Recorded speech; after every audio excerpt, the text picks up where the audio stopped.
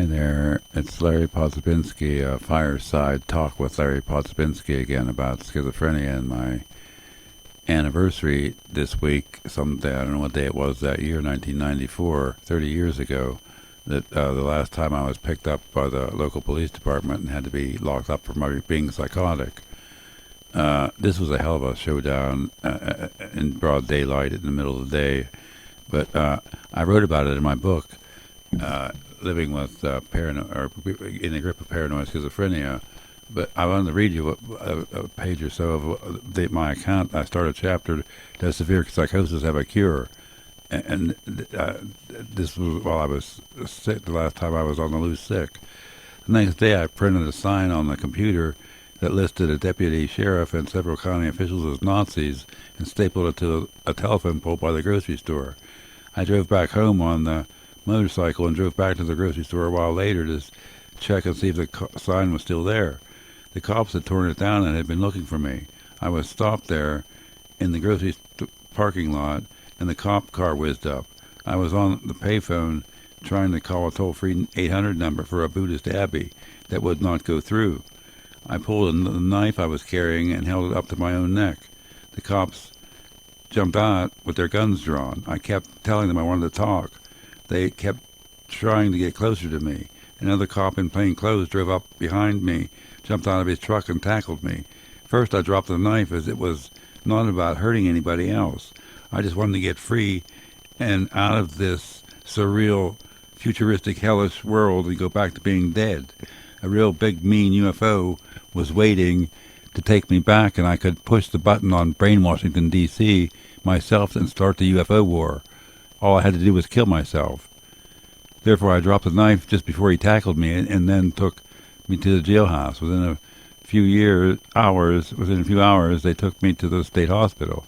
I told the hospital that I was just depressed over some of the neighbors treating me rotten, wanting to get rid of me. They said there was nothing wrong with me and sent me back to jail, where I became the psychotic terror of the cell block.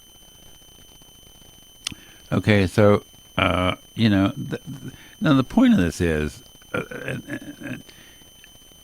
okay, that happened in 1994. That was later in the year when the medication that made me well was made legal by the FDA. So the point is that it was available around the world, like I said else in other videos, for 10 years before they told me that at the hospital when they finally had to give it to me. I filed them in court to give it to me.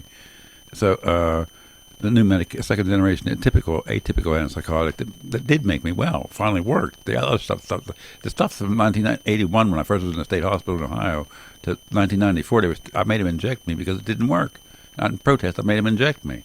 It was L'Occitane, an old drug, and it typical antipsychotic, first generation, and it just destroyed my nervous system like the other ones I talked about in another video.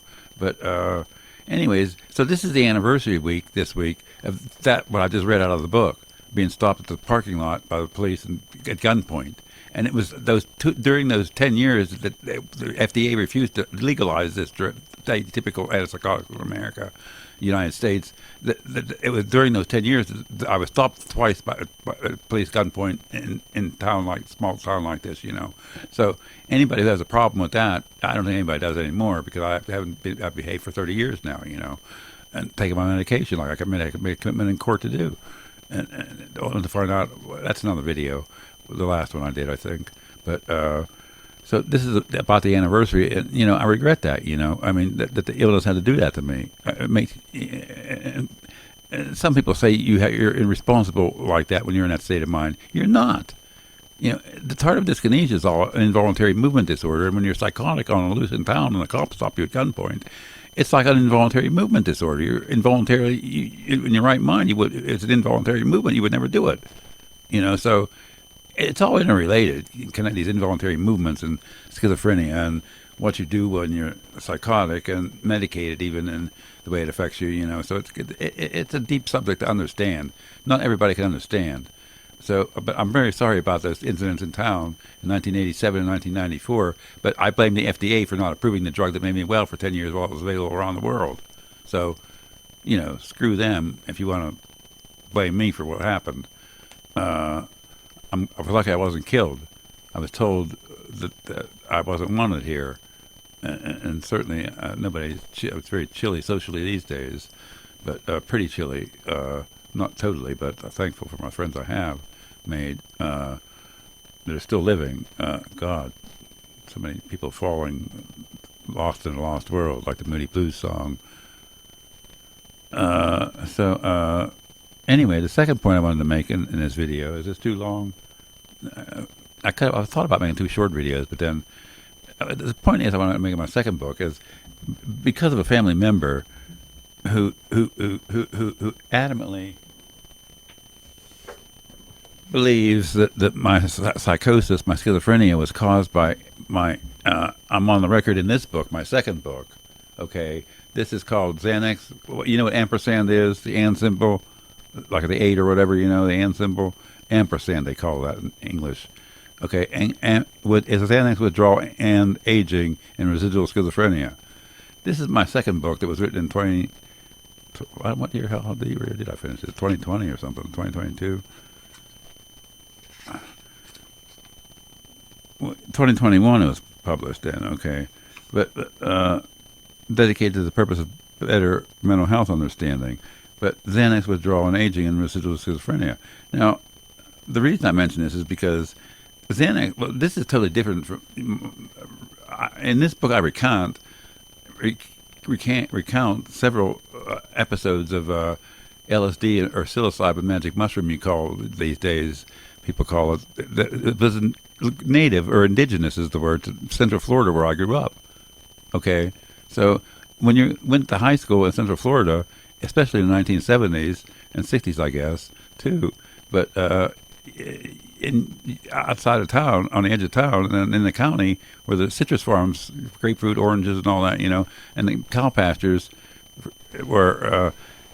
I met a friend who lived out there, and he showed me how to find the mushrooms, and we were all on the hunt in those days. And that's in this book. But the reason it's in this book is because it's about. I was ordered off Xanax at one point, and not told about Xanax withdrawal could be fatal. So this talks about a near-death experience I went into on hallucination after hallucinations on Xanax before I realized I needed to take it or I was going to die. So I compared the hallucinations on the Xanax withdrawal to, of course, the LSD experiences and psilocybin, but also to they're different, both different from the hallucinations in psychosis when you're psychotic.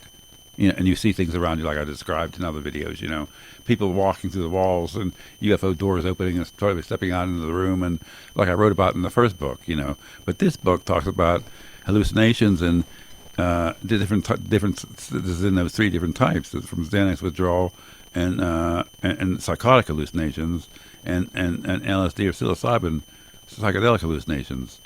Or mind expansion. It wasn't really hallucinations. Sometimes it was. It was grain working in the one friend's cottage he lived in, Cedarwood Cottage. But the cedar wood, you can see the grain work on cedar, real cedar. The walls were made of that in that cottage, and the ceilings. And when you're on psilocybin, it's kind of like danced, you know, moved a little, breathing. The walls used to breathe on that. You would watch. That's as much as hallucinations I took. I didn't do as much. So you know, so the theory, so the argument could go that, you know, like I mentioned in another video too, that the guitar player of Pink Floyd was went psychotic, and they had to replace him in 1968. And but he, if you research that, and there are documentaries about this and online, you know how you can find things out. But he was said to have done LSD like a humongous amount of times. Because it's known not to cause it. I've talked to the best of the professionals in the state of Ohio over the years, and I've been told that LSD does not cause schizophrenia. And the simple statistic is this, to prove it. Okay, in the 1960s, okay, or the 60s, yeah, the merry pranksters, or whatever they were called, the merry Ken Kesey and a bunch of hippies from California put together an old school bus and painted it psychedelic and drove to New York State from California to meet up with Timothy Leary, meeting with the West Coast and East Coast minds on LSD research. Okay, And good things were found out about it, too, and they use it in modern medicine. In the book, How to Change Your Brain or How to Change Your Mind, The Resurgence of Psychedelics in Modern Medicine by Alan Pollan, one example.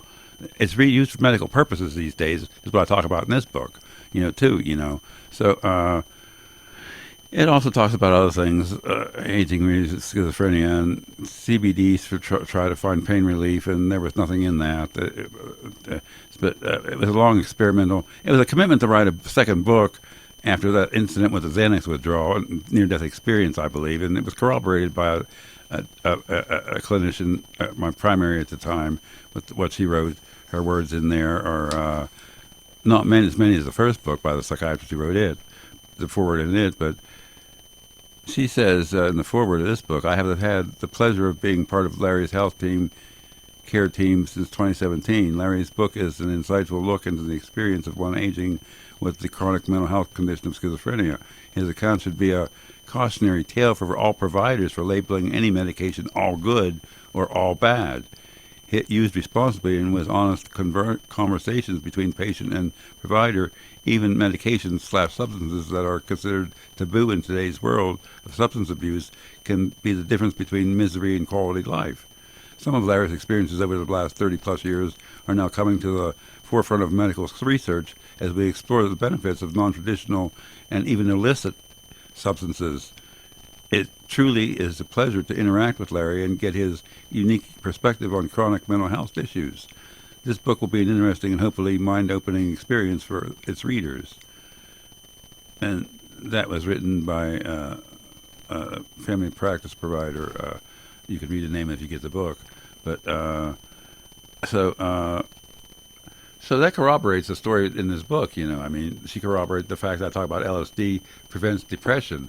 That's why I don't get depressed. This book spells out what all I did with the psilocybin, especially causes, and the LSD even, treats depression. So this is bogus and a myth and a fallacy that LSD causes schizophrenia.